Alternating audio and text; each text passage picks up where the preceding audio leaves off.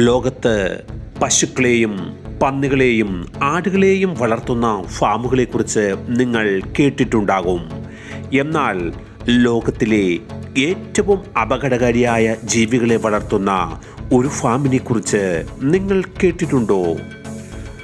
നിങ്ങൾക്ക് അത്ഭുതവും ആശ്ചര്യവും അതുപോലെ തന്നെ പേടിയും ഉളവാക്കുന്ന ദശലക്ഷക്കണക്കിന് തേളുകളെ എന്തിനാണ് ഈ ഫാമിൽ വളർത്തുന്നതെന്ന് നിങ്ങൾ അറിയേണ്ടേ?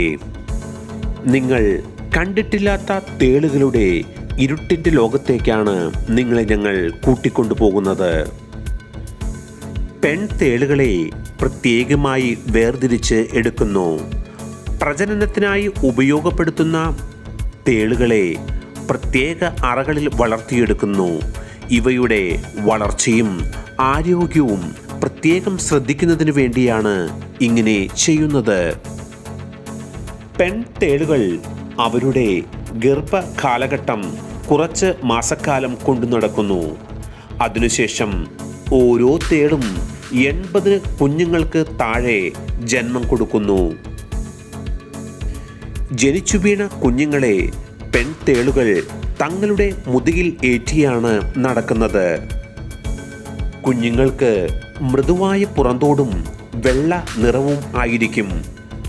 തോടിൻ്റെ ദുർബലതയും സ്വയം പ്രതിരോധിക്കാൻ ശേഷി ഇല്ലാത്തതും കൊണ്ടാണ് അമ്മയുടെ ദേഹത്ത് കയറി ഇവർ സഞ്ചരിക്കുന്നത്.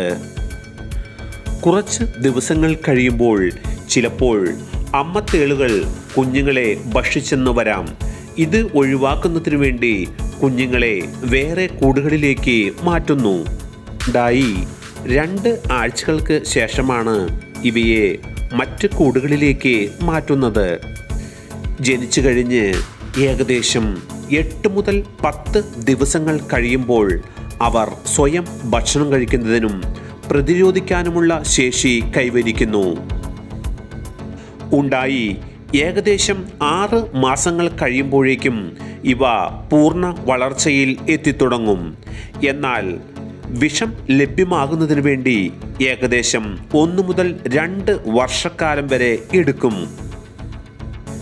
വിഷത്തേളുകളുടെ ശരീരത്തിൽ തണുത്ത രക്തമാണ് ഉള്ളത്. അതുകൊണ്ട് തന്നെ ഇവ ചൂടുള്ള കാലാവസ്ഥയെ ഇഷ്ടപ്പെടുന്നു. അതുകൊണ്ട് തന്നെ ഇവരുടെ വളർച്ചയ്ക്കും പ്രജനനത്തിനുമായി വരണ്ട അന്തരീക്ഷമാണ് നിലനിർത്തേണ്ടത്. അതുകൊണ്ട് തന്നെ ഈർപ്പം പരമാവധി ഒഴിവാക്കാൻ ശ്രമിക്കണം. ഇവയുടെ വളർച്ചയും പ്രത്യുൽപാദനവും സ്വാഭാവികമായ അവസ്ഥയിൽ എങ്ങനെ നടക്കുന്നു എന്ന് മനസ്സിലാക്കിയാൽ മാത്രമേ ഇവയെ വളർത്തി വലുതാക്കാൻ സാധിക്കുകയുള്ളൂ. തേളുകൾ അവയ്ക്ക് വിശപ്പുള്ളപ്പോൾ ചെറിയ പ്രാണികളെയാണ് ഭക്ഷിക്കുന്നത്. പ്രധാനമായും പുഴുക്കൾ, മണ്ണിരകൾ, പറക്കുന്ന പ്രാണികൾ, പാറ്റ എന്നിവയാണ് ഇവ ഭക്ഷിക്കുന്നത്. തേളുകൾക്ക് അവരുടെ ദഹന പ്രക്രിയ കുറച്ചുകൊണ്ട് ഒരു ജീവിയെ ഭക്ഷിച്ച് 1 വർഷക്കാലം വരെ ജീവിക്കുവാൻ സാധിക്കും. മരുഭൂമിയിൽ വസിക്കുന്ന തേളുകൾ സാധാരണ രീതിയിൽ ഇങ്ങനെയാണ് ചെയ്യുന്നത്.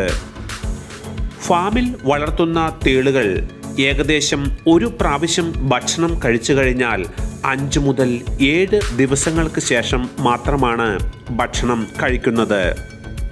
അതുകൊണ്ട് തന്നെ വലിയ ചിലവൊന്നും ഇവയെ വളർത്തുന്നതിന് ആവശ്യമില്ല.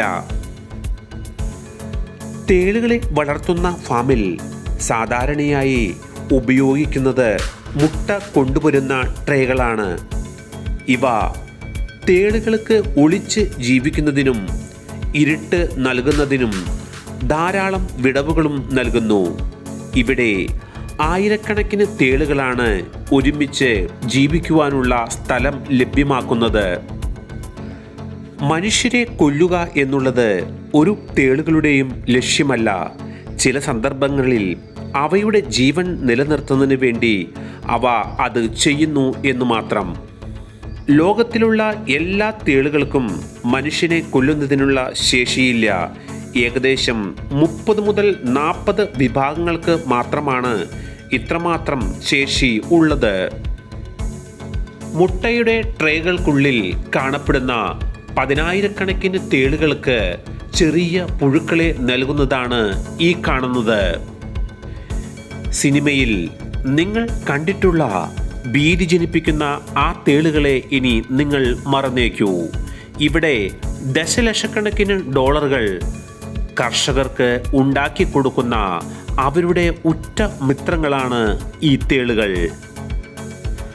ശാസ്ത്രജ്ഞന്മാർ പറയുന്നത് വെള്ളത്തിൽ നിന്നും കരയിലേക്ക് കയറി വസിക്കുന്ന ആദ്യത്തെ ജീവി തേൾ ആണ് എന്നുള്ളതാണ്.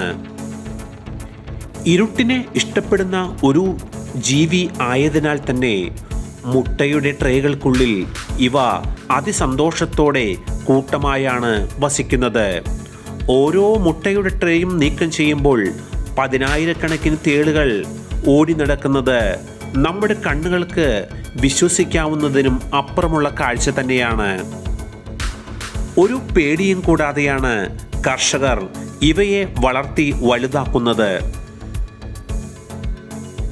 ഇനി നമുക്ക് വിഷത്തേളുകളെ ഇവർ എന്തിനാണ് വളർത്തി വലുതാക്കുന്നതെന്ന് നോക്കാം.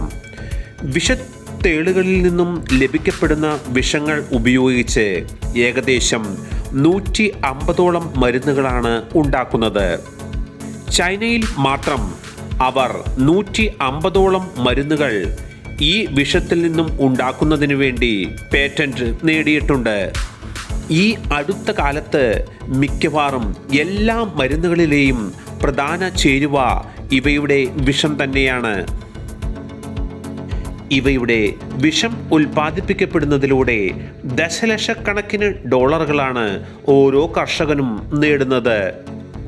വിഷത്തേളുകളെ ഉത്തേജിപ്പിക്കുമ്പോൾ 1-2 തുള്ളി വെള്ള നിറത്തിലുള്ള ഇവയുടെ വിഷം ലഭ്യമാകുന്നു. ഓരോ തേളും 2 മില്ലിഗ്രാം വിഷം മാത്രമാണ് ഒരു ദിവസം ഉൽപ്പാദിപ്പിക്കുന്നത്. ഇതാ ഈ തേളിൽ നിന്നും വിഷം എടുക്കുന്നതാണ് നമ്മൾ ഈ കാണുന്നത്. അതിന് പ്രത്യേക ഉത്തേജനം നൽകുമ്പോൾ അവയുടെ കൊമ്പിലൂടെ വിഷം ട്യൂബിനുള്ളിലേക്ക് പ്രവേശിപ്പിക്കപ്പെടുന്നു.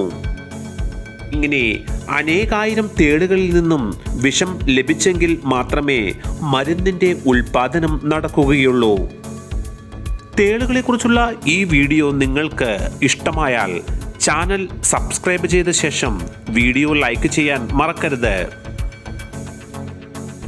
തേളുകളിൽ നിന്നും അതീവ ഗുണമേന്മയുള്ള വിഷം മാത്രമല്ല ലഭിക്കുന്നത്, തായ്ലൻഡിലെ തെരുവുകളിലെ ഏറ്റവും പ്രധാനപ്പെട്ട ഭക്ഷണം കൂടിയാണ് ഈ തേളുകൾ. വിദേശത്തുള്ളവർ തായ്ലൻഡിൽ വന്നാൽ ഏറ്റവും രുചികരമായ ഈ തേൾ വിഭവങ്ങൾ കഴിക്കാതെ പോകാറില്ല. അവ വറുത്തും വേവിച്ചും വിവിധ രൂപങ്ങളിൽ ഉപയോഗിക്കുന്നു.